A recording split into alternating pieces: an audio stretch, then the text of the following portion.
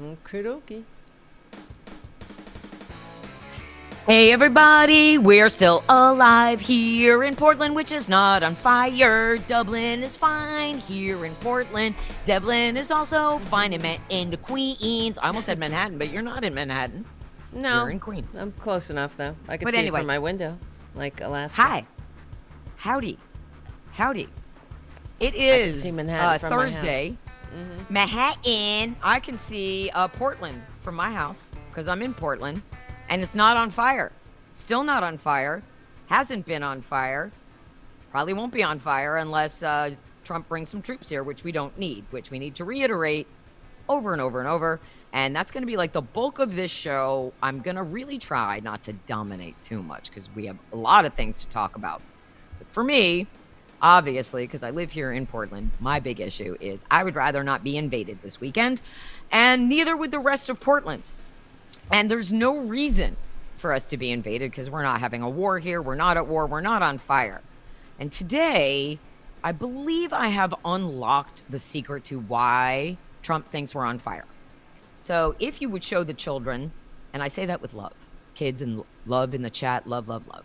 Thank you, Jim, for being here as usual. Okay. I have unlocked what is happening and why Trump thinks Portland is on fire and has fallen. And everybody, if you're not aware, meet Katie Davis Court, who is not a journalist. No. She's a shit stirrer, is what she is. She's a professional shit stirrer that works for the Post Millennial. It's not a real publication.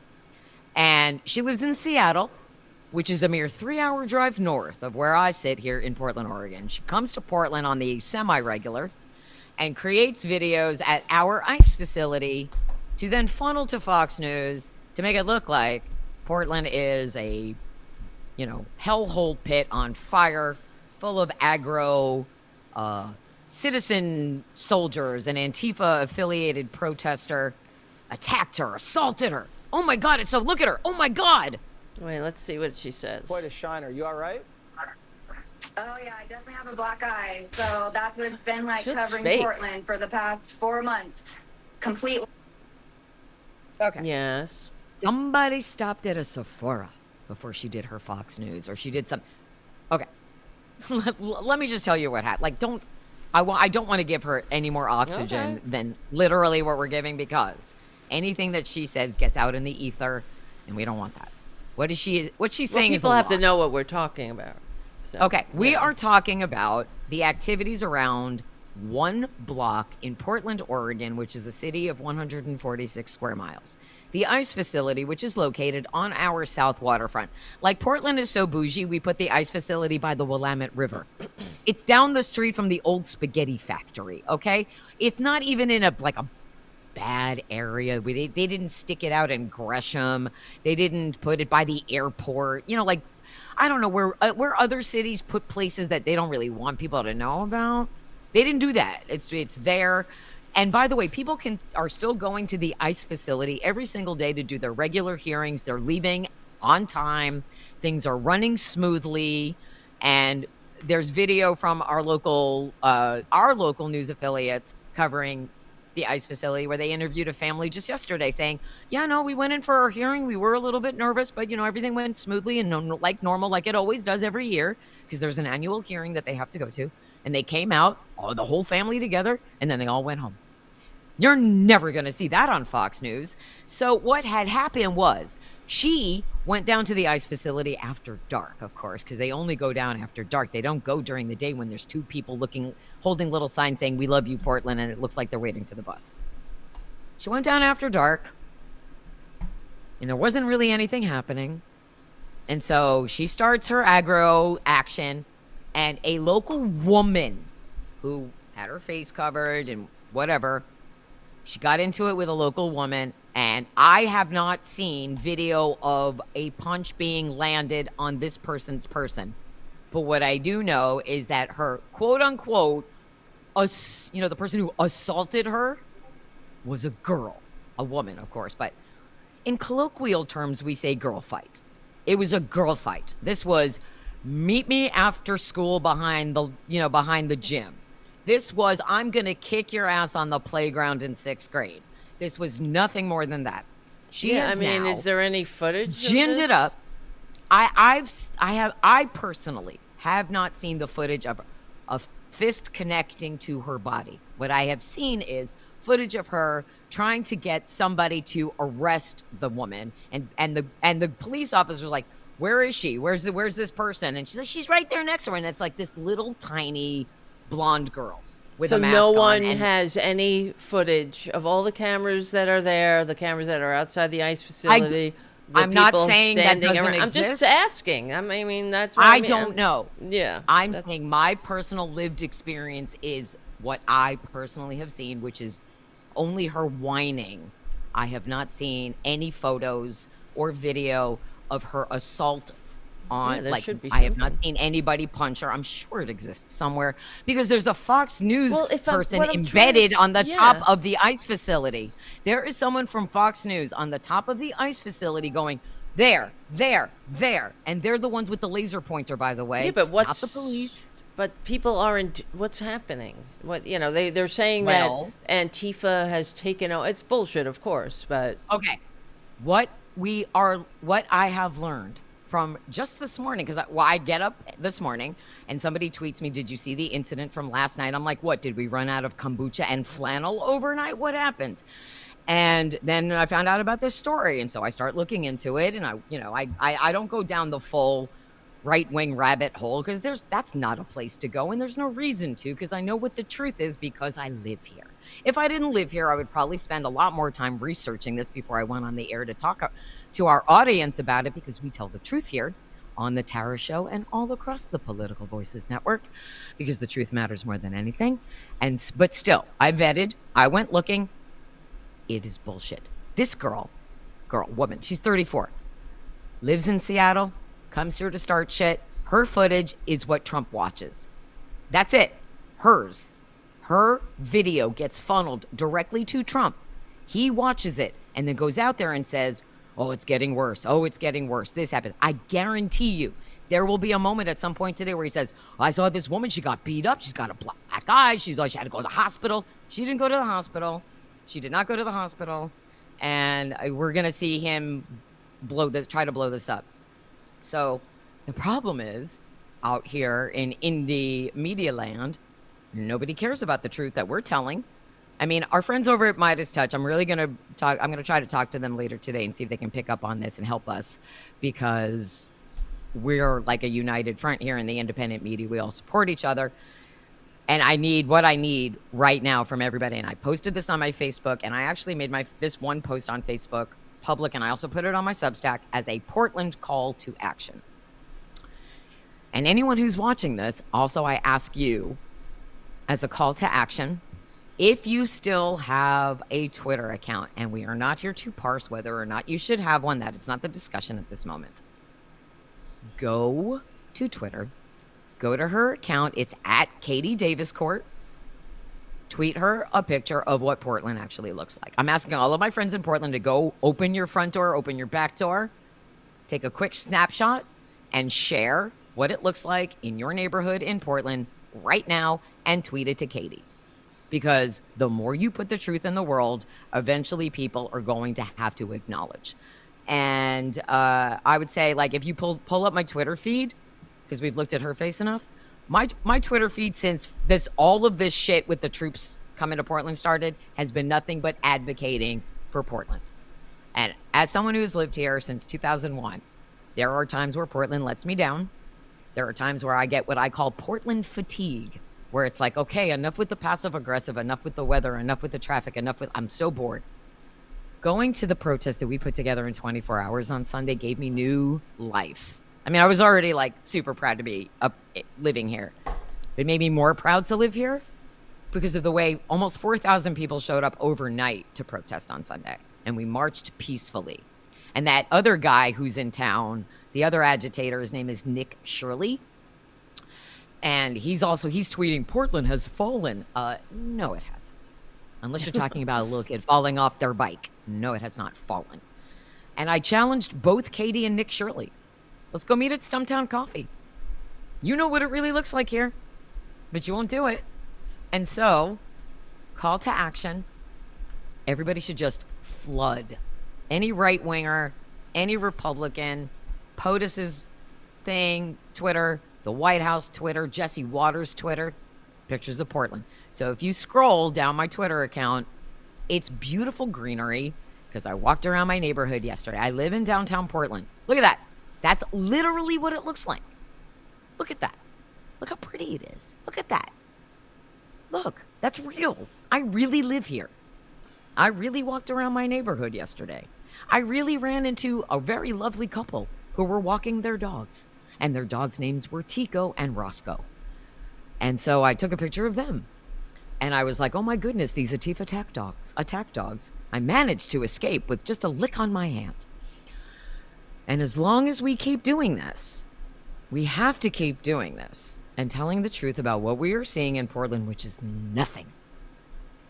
Wherever you live in the United States of America today, whatever you did this morning, Portlanders did it too. We all got up and we made our coffee and we took our kids to school and we went to work and we sat in traffic and we went to the store, we went shopping, or we did what we had to do. You know? No big. Just another day. Just another day in America, except it isn't because Donald Trump is blaming Portland for being all over the Epstein files. We're his scapegoat. My Senator Ron Wyden is exposing the money trails, the connections between Russia and Jeffrey Epstein. And oh boy, and someone's saying, be careful though, Dublin. Thank you. But that's the point. I don't have to be. I can walk out my door right now. I can walk all over my neighborhood right now. I'm fine. If I go down to ICE right now, I'm fine. If I go down to ICE tonight and I try to find Katie Davis-Court to have a conversation with me, I'm not going to do that, but I could. I was actually going to do that last night. And I was starting to tell Devlin about that when the show was starting. But I wanted to kind of surprise you, Devlin. Oh, yeah? And then we're going to circle back to the other thing I want to talk about with you. If you're going to keep scrolling, please. I want to show people where I went last night. I was going to go to the ICE facility last night with my new friend, Lisa. My friend Lisa happens to work for Senator Ron Wyden. And she's also Jewish, and she's also Gen X. And we were texting yesterday, and she was talking about going down to the ICE facility just to kind of see what was going on. And we were going to maybe, like, grab a light bite. That's Nick Shirley. Oh, my God. No. And keep going. Keep going. He's a moron. She was talking about how it's Yom Kippur, which is a very holy day for Jews. And as everyone who watches this show regularly knows, I am a staunch atheist. But I am a very proud Jew. There it is. Stop. Stop. Right there. I went to temple last night. I went to hear Kol Nidre. That's me. That is me. In front of the oldest synagogue in Oregon, Congregation Beth Israel, here in Portland. That's where Senator Ron Wyden worships when he's in town.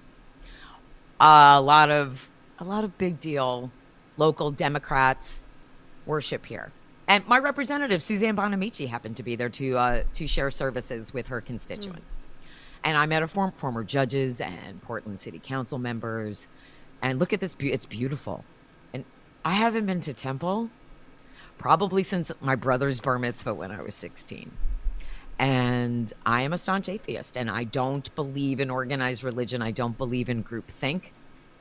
But the beautiful thing about Judaism is that the questions that we ask about faith and religion and the existence of God are built in to our religion. Our religion commands us to question. It commands us to question God if you believe. When things don't seem right, to humbly challenge and say, which again, whatever. But for me, it was about the feeling of community, which is the same feeling of community I feel when I go to my low bar corral. It is a group where you are welcomed without judgment, regardless of who you are. And it's the warmth of being embraced by a community where, yes, you belong. You belong. The second you walk in that door, you belong. Same thing with my low bar corral. Very Portland, very Jewish, very loving. And they have a YouTube page, which it's Congregation Beth Israel. The entire Kol Nidre service from last night is online, and it's 2 hours long. I don't expect anybody to sit through the whole thing. But what it did for me as someone who questioned I didn't question my Jewishness. I questioned its meaning, and I questioned what made us different from a cult, because, or any other religion, because we all sit in a room together and we say the same things, and we mirror back whatever the leader says, and we stand and we sit and we sing and we do it. The difference I finally unlocked yesterday, because I pushed against it as a teenager. A cult separates you, and a cult is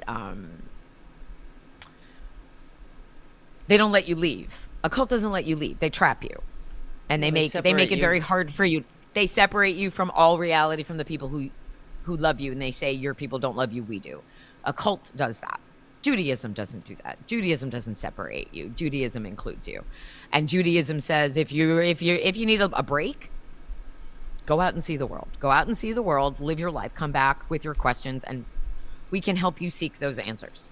That's what Judaism encourages, and so that's the lesson that I learned last night, is that it doesn't matter about if you have a relationship with a higher power or not, whether you believe in one or not. It's to believe in your fellow humans. It's to your belief in your community. And we have in this temple, there is because it's Portland, or just because we're Jews, a lesbian rabbi, and she was talking about her wife and how the two of them went to Pride with their children, and her wife wore her proud Jew shirt, and she was a little worried about that in this moment at Pride. I was at Pride. Pride was beautiful. Pride is always beautiful here, and they got nothing but love in response. And she was like, I forgot for a moment that where we were. And so what she did was she gave Jews a call to action of our own, regardless of where we are in our journey.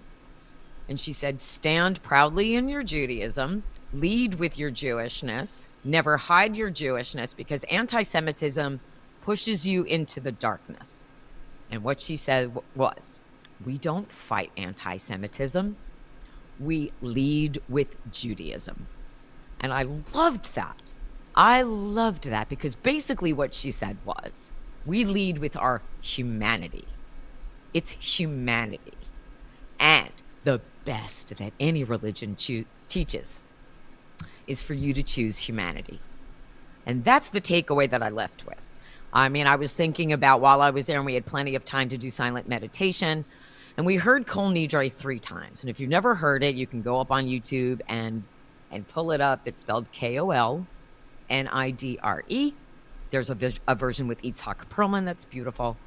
The first version we heard, a man came out and played all 8.5 minutes on cello. It was so beautiful, and there was not a dry eye in the temple, because it was just so powerful. And then when the rabbi spoke in her sermon, which was at the end, it was so powerful that people applauded during it and applauded afterwards. And you're not really supposed to applaud in temple, in the sanctuary. And people applauded, and Lisa said she's been going there for decades and she's never heard anybody applaud. These are the words that I want the world to hear. The rabbi's words. I mean, she was way more eloquent than I could ever be. And I've shared the link on my Twitter in that tweet. And you can go and you can watch the whole service. You can fast forward to the 1 hour and 36 minute point, which is when her sermon begins. It's gorgeous. It's beautiful. It's community. I saw people there that I knew from Lobar Chorale. And the music was beautiful. Their cantor has an amazing singing voice. The main rabbi, who's the gentleman standing there, is about to retire. And so the woman rabbi to his right, she's going to be taking over the congregation. She's been there for 13 years, and the congregation absolutely loves her, and they've embraced her and her wife and her family. And then they have this beautiful choir. And I mean, it's just community. I mean, that's great. That's what we want in this world, but that's what we want in this world. It doesn't matter, because if you are a person of faith, then you believe God belongs to everyone, and that everyone's relationship with God belongs to them. And that's a very personal thing that no one ever should interfere with. And I do my very best to be respectful, because if there's someone who truly lives their faith and they're not a hypocrite about it, I leave them alone. Your examples, Joe Biden, Stephen Colbert. They are very staunch Catholics and have been their whole lives, and both have lived through unimaginable family tragedies that no one should ever have to face. And they are as, as religious and devoted and devout as ever. But they're not hypocrites about it. They live their faith. And what our rabbi talked about was, how do you cope in this time of social media? How do you cope with this at the time when people aren't interested in the truth? And how do you cope when people don't understand how to talk about Israel and they can't separate the people of Israel from its government, which is a huge point that we need to make, because it's not anti-Semitic to be critical of Benjamin Netanyahu. It's anti-Semitic to blame Jews for everything. It's human to separate Netanyahu from the people of Israel, just like it is human to separate Trump from the people of America. We don't support what Trump is doing. We are not Trump. Trump is not us. There are more Israelis who do not support what Netanyahu is doing than do. And that's a hard discussion, and there are people who will not open their ears to hear it. And that's one of the things that the rabbi spoke about in her sermon, is they are reaching out to other progressive groups in the city of Portland to connect and to come together. And there are groups in Portland on the left who say, no, we can't, because you stand with Israel. And no, they don't stand with the government of Israel. They don't advocate genocide. She was talking about that she has love for the people of Palestine and the people who are suffering. The wrong messages are getting out thanks to one person manipulating an algorithm from one source, which is Fox News. The blight on humanity that is Donald Trump, that is causing all of the pain and suffering in this country. And it's because he's in the Epstein files, and we have to stop this. And so here we are on the brink of the National Guard they're not on the ground here yet in Portland. There's been a delay in the hearing to hopefully get them sent home. They're currently training. So now National Guardsmen in Oregon have had to leave their families and leave their jobs and leave their homes and leave their normal day-to-day lives like we're all living to be here. We are also very lucky in that our friend Tara Devlin can speak eloquently and factually about you, because I am dominating, and I know this because it's all happening in my city and to my people. You me? have I'm here. Wait. Have a lived experience that a lot of people don't. Believe it or not. Yeah. And I want you to explain, because eventually I would like more people to be watching us than are here live. Thank you, everyone who's here live with us. Thank you, everyone who's going to watch later. Tell people what it means to be in the National Guard and what it means to be deployed. What it means? Like we were talking about before we went on the air, like the terms, like you don't get to choose your mission, and you don't get to choose this or that or the other thing. And it's not free. It's not volunteer. You don't show up because you want to go fight people. That's not what it's about. No, people. It's a paid thing. People join the National Guard for various reasons. Personally, I joined after September 11th because I saw the towers fall with my own beautiful eyes, and yes, you did. And I wanted to do something to help my community. And then there was another incident a couple of days later at Grand Central Station when the whole city was it was really it's hard to explain now how I remember unified. though. My family's there. So. Yeah, but the whole I remember the night it happened, because at the time I was working at Court TV. And so we got the breaking news, of course, and we were getting footage from downtown completely unfiltered. So that's one of the things that sucked about just in general working for Court TV, that that would give you instant PTSD no matter who you were. Well, we saw the people in the windows. We saw the people jumping. God, I know, it was horrible watching it live on television, 3,000 miles away from my family. It was awful. So yes, and then so that night I remember going home. Everybody was there. I just couldn't believe, we saw the towers fall, and then getting on. The train was free. There was a sign on the subway like just go in. And I remember at one point this was like a few days later, I went to visit a friend of mine in Manhattan. I drove my car in, and there was a cop there. And I'm like, is it okay to park here? And he's just like, go right ahead. Like no one was giving tickets. No one, it was just not a normal time. Everyone was like, we're in this together. And of course there were, fighter jets flying above all the time. It was, I mean, and from my window, I could see the smoldering ruins of the smoke coming up, and then everyone had pieces of paper and things that were falling, like from people's lives that in those buildings. And all over the city, people were picking up the voicemails the news were playing. That was just so devastating too. So a few days later, I was walking down Lexington Avenue, and all of a sudden, like, a bunch of people started running, and they're like, "There's a bomb in the Grand Central." So there was like panic and misinformation going on, and people were on edge. And I remember standing there, and that's what made my decision to join the National Guard, because I was like, fuck this. I want to be the person who runs into the building and tries to help as many people as I can. And that's what that's what I really signed up for with the National Guard, to be able to serve my community and my country, and in what I thought was a positive way. Being in the National Guard was an experience, and I don't regret it. And I wish I had served longer, but I had other life happen to me. My father had Alzheimer's, and my mother was sick, and so I ended up only serving 2 years. But it was great, and it was good and bad. Let's put it that, like anything. So, but the point is, when you're in the National Guard, you don't have a choice of what you're sent to do. But I can guarantee one thing, that no one signs up to go and attack their own community, because you are the member of the community. I signed up because in fact, years later, when Hurricane Sandy happened, I remember thinking, shit, I wish I was still in the Guard, because I did go and volunteer and whatnot, but we were, the Guard was there to help the people in the community, to pass out supplies and go check on people, and rescue people. And that's what I wanted to do.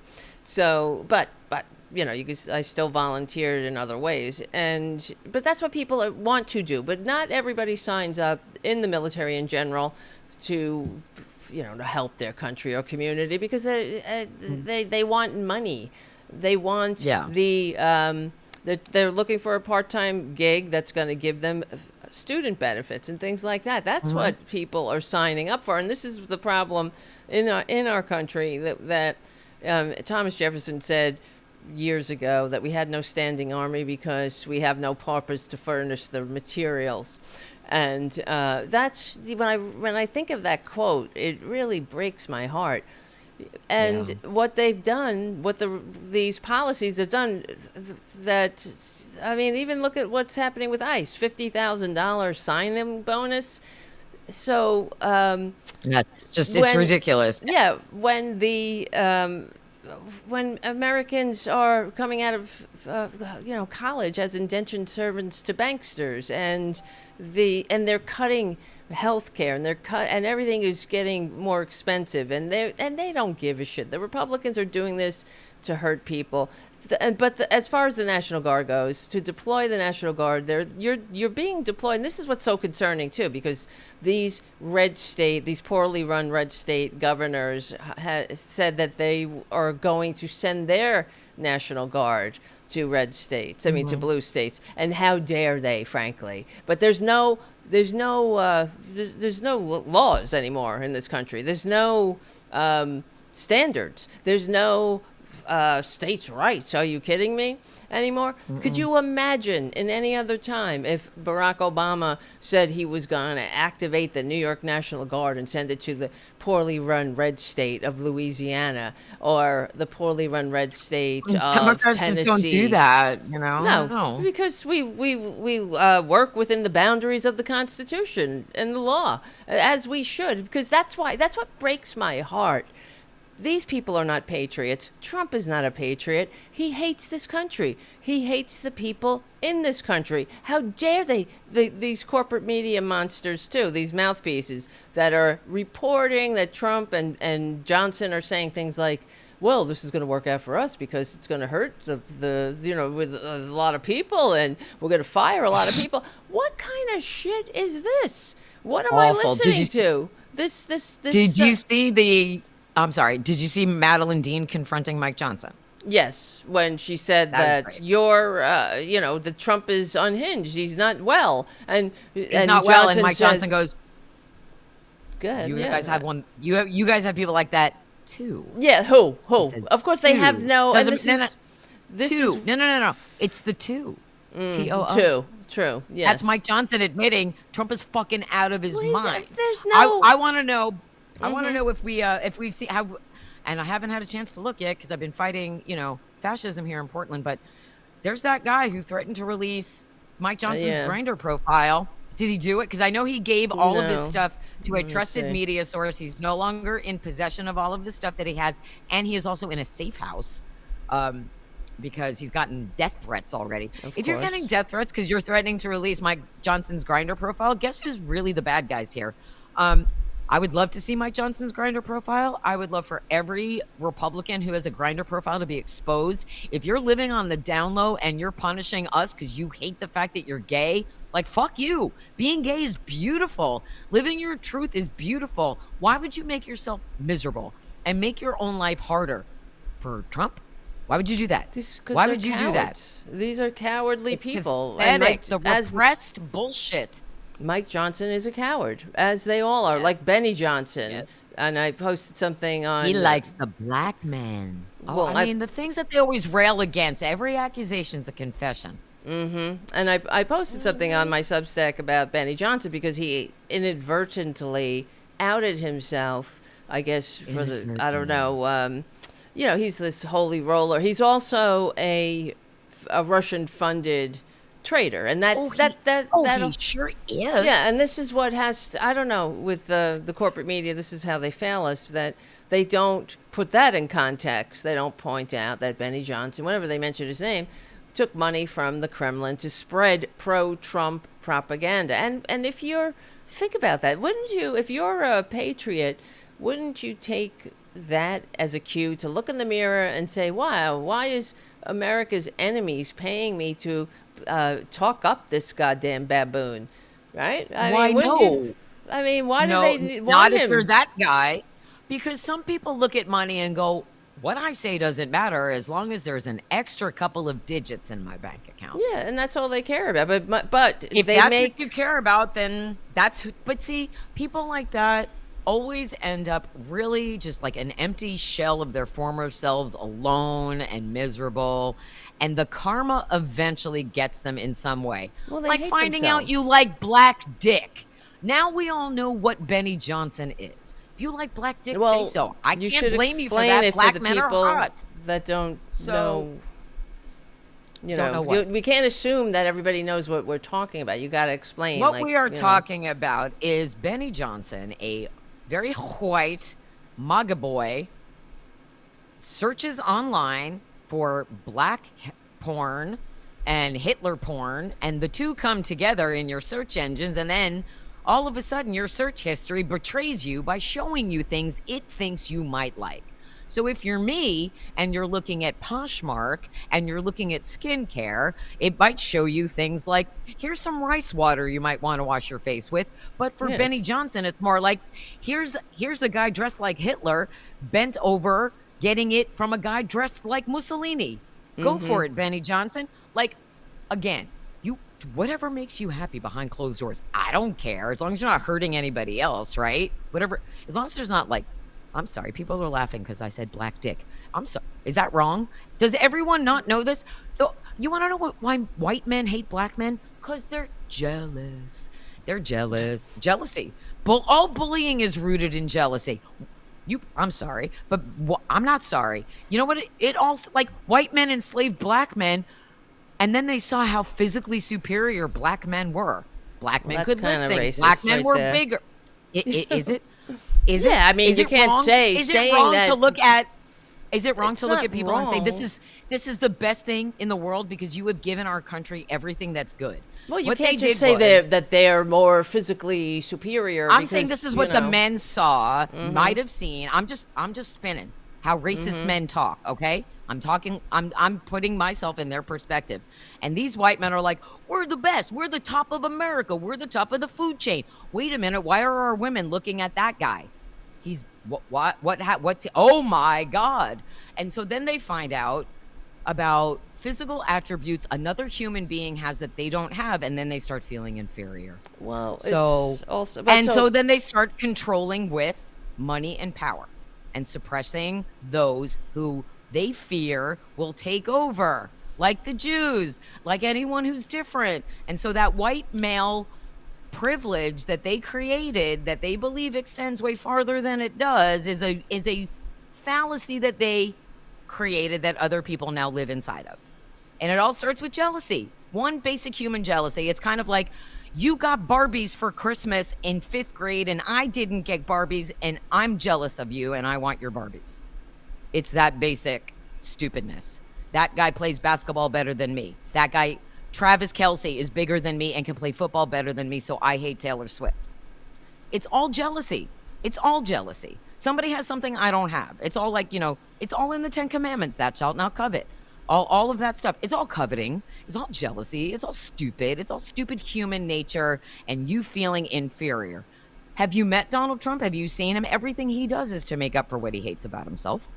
So, right. Well, he knows that's why he's such an easily triggered little fragile man baby bitch. Right. Because, he knows. That's the thing. It's, you don't have to be Freud to unpack it. Because, all you got to do is, the fact that he even has to respond to people that call him, that say he's not good at business or whatever the hell they'll say, he gets very highly triggered because he knows it's true somewhere. If somebody calls me, you're a purple giraffe, I'll be like, okay, whatever. But if I really believe I'm a purple giraffe, and I hope nobody knows, and I might get all offended by it. That's exactly it. And I mean, you've seen what people say to me on Twitter, and I've said this repeatedly. It does not hurt my feelings because most of it is fake anyway, right? And as a walking MAGA bingo card, there's a lot of things they can say, but none of it hurts my feelings because all of it comes from the hate speech that they were carefully taught from whenever it happened to them. Because again, we've said this before, no one is born believing anything and no one is born hating anyone. All of that is imprinted upon them at some point in their lives. Sometimes people have enough natural curiosity to question things and say, that doesn't seem right to me. Some people don't. We are the ones who question when things don't seem right. People in the MAGA cult don't question because it feels right, because that's what they grew up in. So it feels right to have the president reinforce their negative feelings about black people because they all grew up with the same negative messaging. It's fear. It's based in everything. I know Travis Kelce is white, Stephanie. I was just using an example of how men get jealous of other men. Also, Travis Kelce gets to have sex with Taylor Swift, and no other man gets to do that. And they're very jealous because there was a period where MAGA thought Taylor Swift was one of theirs, and she not. She made that very clear that she is not. And so that's why they attacked Taylor Swift, too, because it's like, you look like our dream white goddess, blonde, big, strong, powerful. Oh, wait, you're liberal. Fuck you. It's like that. It's all that. It's the rejection, and that girl didn't like me, and that guy's better at sports than me. It's all of that. Today, there is an article on Raw Story that Donald Trump's sister, Marianne, did all of his homework for him and got all of the good grades so he could get into college. Or otherwise, he would not have gotten into college. Well, that's And what when he bragged about saying I have the best words, that was his sister's best words. They're all overcompensating. Mary Trump says, or she came out and said that Trump, of course, that's why he's such an ignorant cuss, who paid people to sit in his university lectures and take his tests. And see, he's such a child, and he doesn't understand that you cheat yourself by doing that. That's why when he goes on with everything about give me a Nobel Peace Prize, he wants all, like all Republicans, they want all the benefits of civilization. They just don't want to have any of the responsibilities that we have to each other. That's what it's about. No. They want, and they don't want to work for it. Well, they want everything. Gimme. They're like Goldilocks. The size of government is just right in the ways they think it serves them. And anything else is big. It's too big. Big, big, big. And that's why you see them now all over the leopards eating your face Reddit page, crying about how they're having a hard time under Trader Trump's policies. So, but as far, exactly, Crimea River. And unfortunately, good people are hurt too. That's the problem. But for this guy, for Trump, and this is why the corporate media continuously fails us. I'm sorry to keep pointing it out, but it's true. We have to keep pointing it out. Well, the fact that we have this unfit, serial bankrupt, tax cheating, draft dodging, wannabe dictator con man squatting in the White House, who is a traitor. And the fact that he doesn't know where to put the damn apostrophe and YOUR apostrophe or or whether to use your with the apostrophe or the contraction but I mean it says it all, because he goes on about how he has a very big brain and he went to the best schools and look at all this. He's got the nice diploma, but he doesn't. He cheated himself, just like always. Yeah. They're all about he didn't earn that. They're all about taking the shortcut. All of these masters of the universe, all of them that are in Trump's cabinet, that surround him, they all want the shortcut. They want to be able to step on our necks, put the boot on our necks without us having any power to do anything about it. That's what this is about. They want to be able to steal from us without us having the power to do anything about it. They don't want to have to consider the environment, how the country, the community, the people whose labor makes profits possible in the first place. They don't want to have to consider all that, because then they just want to steal. It's easier when you could just throw your corporate trash out the window and not care, where you could just don't give a shit about the people that work for you or that work and keep this country going and rolling.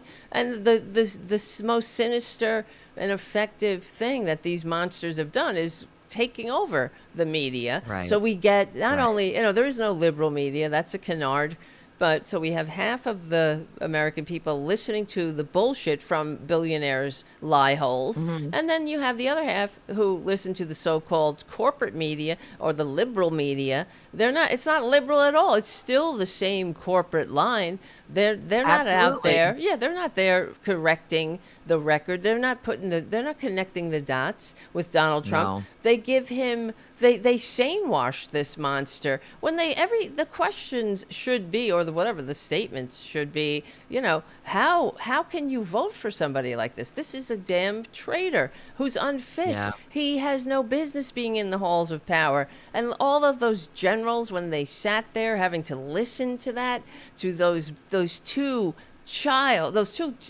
man babies, who never served anything in their lives, lecturing them about honor and standards. When these fuckers have no standards, I mean, how about democracy? This is all about taking back patriotism, frankly. We are the patriots, liberals. That's right. We're the ones who are carrying the mantle of democracy, and we have to treasure it and protect it. And these monsters, they don't like democracy. So we got to get that right out in the forefront. Look at what they're doing. Turning the American people against each other. That's all Republicans know how to do. And whenever they get power, and they don't care if they come about power legitimately. They just want power to kill us and destroy us and starve us and steal our shit. But every time they get into office, people suffer. And the fact that this effing Republican, that all of them are like, oh, we're going to hurt the American people. You never hear them talking about that, talking about billionaires like that. They never go on about, oh, well, we're just going to have to hurt the billionaires. We're just going to have to take from them. We're going to have to stop their contracts. We're going to have to reduce their, stock options. We're going to have to. They never talk about that. All Donald Trump says is that you're going to get more tax money. But he says to hungry kids, the elderly, people struggling paycheck to paycheck, it's going to hurt. And what's his name? J.D. Vance said, oh, more pain. You're going to feel the pain. Like, this is how they talk to the people, these mother effers. Why? And it's crazy that MAGA doesn't seem to understand that this is going to impact them also. When Donald Trump says about the American people, he means you too, MAGA. He doesn't just... Do you think that taking away clean air and water, you're going to get some special clean air and water supply that we're not? No.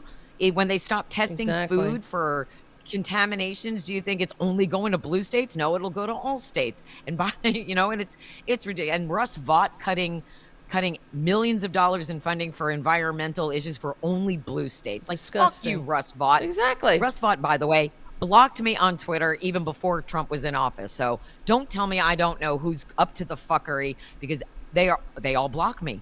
And remember, MAGA blocks us because they hate the truth that we tell. We block MAGA because you never have to tolerate harassment as part of your online experience. Remember that one. The other thing that's really frustrating me, and this is something that I confirmed with someone that I just recently started talking to a little bit, who works in a more corporate media environment. I don't want to say exactly who they work for or who they are. But what they told me was national corporate media, so your national NBC, CBS, ABC affiliate, headquarters, are ready to go with stories about Portland, about what's happening in Portland. They're ready to go, but they're waiting until the National Guard troops are actually deployed and on the ground. Because that's the story. That's the story. Because it's great if you see soldiers on the street. That's the story. And I'm like, fuck no. We need the national media now. We need them to do what I'm asking everyone else to do, which is just show Portland on the daily. People downtown walking up to the outdoor coffee bar at the Nordstroms by Pioneer Square. People, just literally living like they are living in whatever city you watch the TV from. If there's no war in your city in America right now, guess what? There's not one in Portland either. And the United States government is not supposed to invade us anyway. But knowing that the national news companies are all ready to go, like pre-ready, like they're starting to put together packages and whatever, they're ready to go as soon as they're on the ground. That's fucked up. Don't tell me about the horse after it leaves the barn, please. Where are you hearing that? News? Someone who works for... I told you before we got on the air who that person works for, but I don't want to say so on the air just out of professional courtesy. But it is somebody... They work for a corporate radio conglomerate. I'll say that. Okay. And they are yes, when it comes to stories about Portland, they are letting all of the nationals are letting the local affiliates pick up the slack for right now. But when the story gets bigger, then national will come in and take over. So like when we had our protest on Sunday, which was, we put it together overnight, 4,000 or so people showed up. The governor showed up, the mayor showed up, and we marched peacefully. There were local affiliates here. The local NBC affiliate was there, the local CBS affiliate, and the local ABC affiliate, which is also a Sinclair affiliate. So like, you don't really have to come if you don't want to. But the other ones, they were there. And I made it my business to go up to the person from KGW, which is the NBC affiliate. And I said, is this going to get on the national? And they were like, I don't know. Well, how did they don't know if they're just a cameraman? Well, you know what did? I'll tell you what did get on the national was maybe like the governor saying, we don't need you here. And Trump going, rah, rah, rah, rah, rah, rah. That's what gets on the national. Trump standing up there going, it's a hellhole, it's a pit, it's on fire. We're going to have to do something immediately. That it's not. That's what they should be reporting. That's my point. That's my point. And they should be reporting that crime is down here 51%. So why isn't Trump bragging about that? Why is he invading us? And Ron Wyden is why. Right. And Trump is he's unfit to hold a leadership position in a modern nation. That's for sure. Mike Johnson thinks so. Yeah, and the fact is that he's a one-trick pony.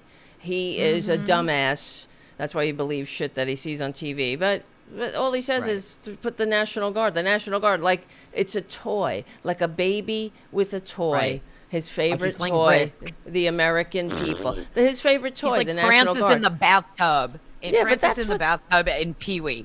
But it's just so insulting. Embarrassing. It's embarrassing, yes, but I mean, it's demoralizing, which is also disgraceful part of it. to Yes, to all the of it. people who serve, who wore the uniform, who are wearing it now. How dare Correct. he treat them? Correct. Treat these. It offends me to my core to think that know. these people. It's not just because I've served. We should all be No, it offended. offends all of This us. is disgusting. Because Well, that's his point, though. Well, they want He to wants separate. weaken the military. Yes, he wants to, like everything else, divide us. The military has a very high approval rate, just like the postal service has. It's the federal workforce with a very high approval rating of or opinion. The American people hold them in high regard, and they don't like that. Republicans don't like that because it's a unionized workforce, and the National Guard, the American people, and the active service. Also, the American people have high regard for people who serve in the military. And what they're doing is trying to separate the people from the military so the military will fire on the people. And I just hope that the people in the Guard now are smarter than this. But, I mean, people are like people anywhere. You get a wide variety. Not some of them are Trumpanzees. Some of them, Right. are not. And I'm telling you, I was in the military, and not everybody's Republican. I know there's that whole thing. There are normal people there too. Trust me. So it's not all Republicans. So even though of they course keep, it I don't isn't. understand that either. I never understood that because the Republican Party is worse for the Republicans, just like they are worse for everything else. They hate the veterans. They hate the active duty service members. They hate anyone that has to work for a living. They really do, and it includes the veterans. Like Trump, when Joe Biden funded the traumatic brain, injuries. Oh, Trump, they just rolled all that shit back. It's just a headache. He mocks people. God. Yeah, Oh, but he he just- couldn't serve there's no because his compassion. little feeties hurt. His His little baby foot. His little baby disgusting. foot. He's so brave with his little fists. He's so brave. I mean, It he makes me loves to sick. All all of that this makes me those sick. stolen salutes. That's the other thing that the corporate media never brings out. The fact that I'm sure people have heard me go on about this before, like the Democrat Party thing. It but- bears repeating. Yeah, but the commander in chief. I know he wants to play big man, but and he thinks he's like Patton or something. Please, the commander in chief is a civilian role. It's in the Constitution. That's why you don't salute. And I could pull up my video God.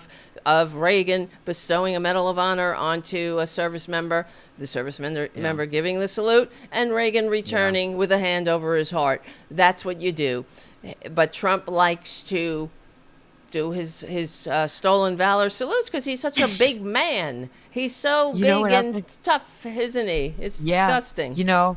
I think he thinks he's like. Remember the very famous footage of John at Kennedy's funeral when he salutes his dad's Yes, right. coffin. I think that's where Trump got it from. I really think that's where he got it from. he thinks Because they he's- tried to recreate. They tried to recreate Elon's little kid under the Resolute desk, like they did with John. Makes me fucking sick. I know. Don't anoint any of these people as the heir apparent to JFK Jr. It is not happening. Or to anything. You know what they're that's doing good. now too? Foxy people are trying to turn Barron into the next JFK Jr., saying he's a ladies' man and he had a date the other night. Maybe he got laid. Oh Ew. no! Oh no! I'm sorry. Ew. No. I had to do that. It was just fucking disgusting. Barron, what is Barron? 18? Gross. I don't I'm know, sorry. but An it's- 18-year-old is not a swordsman, if you know what I'm saying. Ugh. No. God, especially a Trump. I mean, you know that Trump has never given a woman an orgasm in his entire Best useless sex of existence. my life. Sure it wasn't. Mushroom. Sure it wasn't. And it's interesting.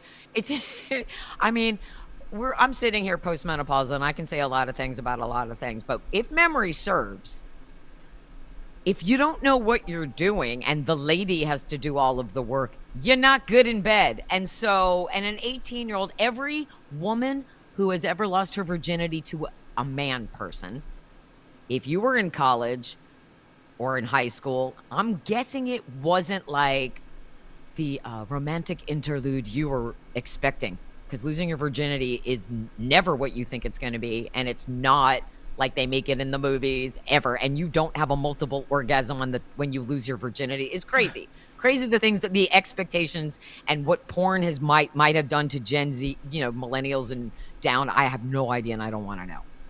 But all of this disgustingness in the Republican Party comes from them being taught that their natural sexual feelings are bad, they're wrong, you need to hold them in, you can't express them, which is why Grindr explodes every time they all get together, because they were told that being a loving human being, expressing your loving natural feelings in a healthy and safe way with a willing partner who has given consent is wrong. No matter who your partner might be giving consent. It is wrong if you do it to a child. Obviously, we are not talking about that. We are talking about consensual, approved relations. They don't know what that is. And the poor Republican women, I'm so sorry. I would say this all the time when I was still, active. I would always feel bad for Republican women, because Republican men are so selfish that I'm assuming. They suck in bed. So they suck. I mean, we already know that they suck in bed, but there was they clip. Have to. Yeah. They have to, because they're selfish, right? Anybody who's selfish isn't going to take any time to please anybody else, right? Exactly. And it's all about their own. But there was something from the first Trump administration about how he's been places and he's like, oh no, I've been down there a lot of times. And I responded with, ask any woman he's been with and they'll tell you he's lying, because he doesn't go down. No. If a man, and I can say my ex-husband's, I'm not a fan of my ex-husband, but he did say one of the funniest things ever in the world. And what he said was, show me a man who won't go down on his woman, and I'll show you a woman I can steal. And that's what Democrats, Democrats know how to take care of people in all of the ways. They take care of their health. They take care of their lives. They make sure every day they can get up and go to work and come home alive. And maybe they also teach them how to take care of themselves in a healthy and good way that makes them feel good about themselves, so that they don't turn into Donald Trump and their entire lives is one great big grudge fuck. Because I'm tired of that. Well, I am tired of that. No, we have to. It starts with education. You see, we have been entirely too lenient, I believe, with conservative traders all throughout history. I wrote an article about this on the Political Voices Substack. And I think that we have to reclaim patriotism without apology and teach people that, look, if you don't want to play in, or you think government, you want to drown it in a bathtub or whatever, you're not a patriot, because you're talking about the government that the founders fought a revolution to overthrow. I mean, to create. They fought a revolution to, escape from the intergenerational aristocracy that the Republicans are dragging us back to. So if you hate government, I mean, because you can't say you love America and then you hate government, you're going to kill it, you're going to murder it. Government is how we organize ourselves, and a constitutionally limited democratic republic, nation of laws that promotes the general welfare, is supposed to promote the welfare of everyone, not just the ones at the top. And there's nothing wrong with that. We should be fostering a respect and a civic engagement that the Republicans want people to separate themselves from, so they can become the authoritarian stealers of our decency, dignity, democracy, and wallets. That's for sure. So, yeah. Jim wants to know if we can teach them some grammar. I want you to know, Jim, that I do try. I do try, whenever I see someone employing Devlin's least favorite thing by calling it the Democrat Party, I always respond with Democratic in all caps, specifically if it's someone in the Republican Party. It's unbelievable. Yeah. Right. Wow, I'm hearing our closing music already. The fastest hour of political talk on the intranets. My friends, your calls to action today are truth, truth, truth, and nothing but the truth under every Republican. Please share the truth about Portland, Oregon. Your friend Tara lives in Portland, Oregon. I would not lie to you. By the way, I'm a little sore. Got my COVID and flu shots yesterday. Yeah, me too. Woo! I'm still walking around. I'm still fine. And I didn't, hey, cool. And I didn't grow a second head or anything like that. I'm totally fine.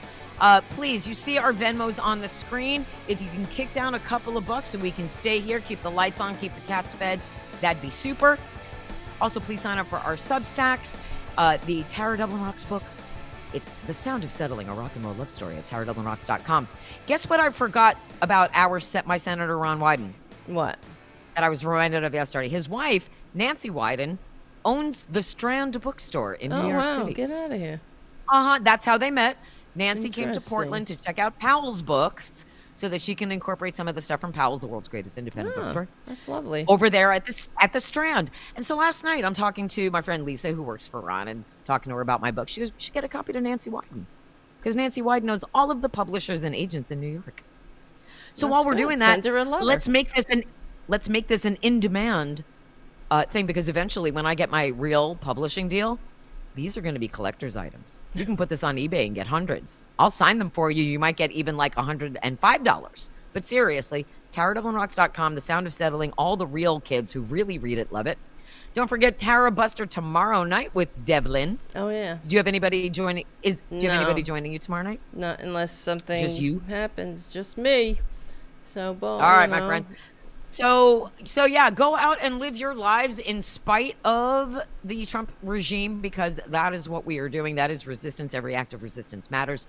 We will be back with you on Tuesday, same Tower time, same Tower channel. And if you can, please find some time this weekend to take some self-care, because we have to replenish our inner selves so that we can keep up the fight. We love you and we appreciate you. Thank you so much for being here. All right. See you guys tomorrow night, 8:30. See ya. Peace. Portland is not on